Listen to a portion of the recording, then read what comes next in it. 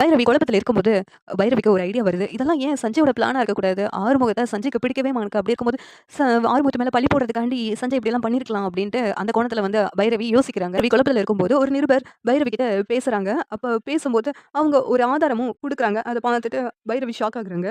அப்பன்னா ஆறுமுகத்து மேல எந்த தப்பும் இல்ல. எல்லா தப்பும் பண்ணது சஞ்சய் தானா?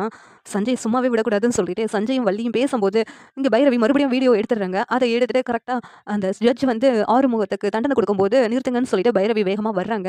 "இங்க பாருங்க மேடம், இந்த சஞ்சய் தான் எல்லாமே பண்ணிட்டு ஆறுமுகத்து மேல பழிய போட்டுருக்காரு.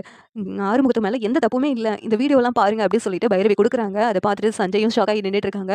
உடனேவும் ஜட்ஜ் இருந்துட்டு போலீஸ் தான் நம்பி தான் எல்லாரும் பொதுமக்கள் இருக்கிறாங்க. ஒரு காவல்துறையே இந்த மாதிரி காரியம்லாம் பண்ணா நாளைக்கு காவல்துறைய நம்பி யார் வருவா? நீங்க பண்ணது மிகப்பெரிய தப்பு.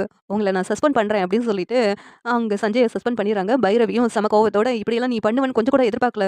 ஆறுமுகத்த அவமானப்படுத்துறதுக்கு இப்படியெல்லாம் எதுக்காக சஞ்சய் பண்ணிக்கிட்டு இருக்க? ஆறுமுகம் உனக்கு என்ன பண்ணாரு?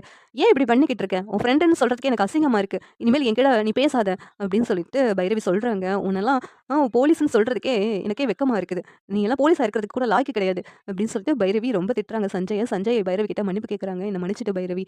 நான் ஏதோ ஆறுமுகத்து மேல உள்ள கோவத்துல இப்படி பண்ணிட்டேன் அப்படின்னு சொல்றாங்க. மன்னிப்பு உனக்கெல்லாம் கிடையாதுன்னு சொல்லிட்டு பைரவி கிளம்பி போயிடுறாங்க. இந்த சீரியல் எப்படி இருந்தா நல்லா இருக்கும் நீங்க நினைக்கிறீங்கன்னு கமெண்ட் பண்ணுங்க. இந்த வீடியோ பிடிச்சிருந்தா லைக் பண்ணுங்க, ஷேர் பண்ணுங்க, சப்ஸ்கிரைப் பண்ணுங்க. Thank you.